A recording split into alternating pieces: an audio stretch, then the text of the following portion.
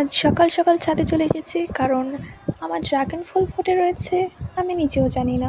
তাই আমি চলে এসেছি পলিনেশন করার জন্য। তোমরা ভাবছো তো যে আমি সকালবেলায় কেন পলিনেশন করতে এসেছি?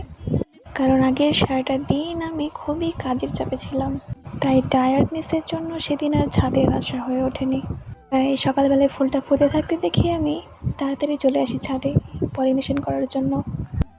তোমরা দেখতেই পেলে আমি কিভাবে পলিনেশন করলাম। এই পদ্ধতিতে করলে ফল খুবই ভালো পাওয়া যায়। আর আমাদের সকলেরই বেসিক প্রবলেম যে ড্রাগনের পিঁপড়ে কীভাবে তাড়াবো। ড্রাগন ফুলের পিঁপড়ের তাড়ানোর টিপস আমি নেক্সট ভিডিওতে শেয়ার করব, তোমরা কমেন্ট করতে পারো। আমার পলিনেশন করা শেষ, এখন দেখিয়ে দিচ্ছি কিছু ড্রাগনের কুড়ি। এখন ড্রাগন গাছের কুড়িগুলো খুবই ছোট ছোট। এই ফুলগুলোর পলিনেশনও তোমাদের সঙ্গে আমি শেয়ার করব।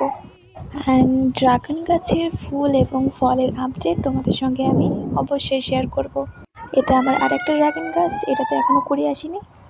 দেখা হচ্ছে নেক্সট ভিডিওতে। ভিডিওটি কেমন লাগলো জানিও। বাই।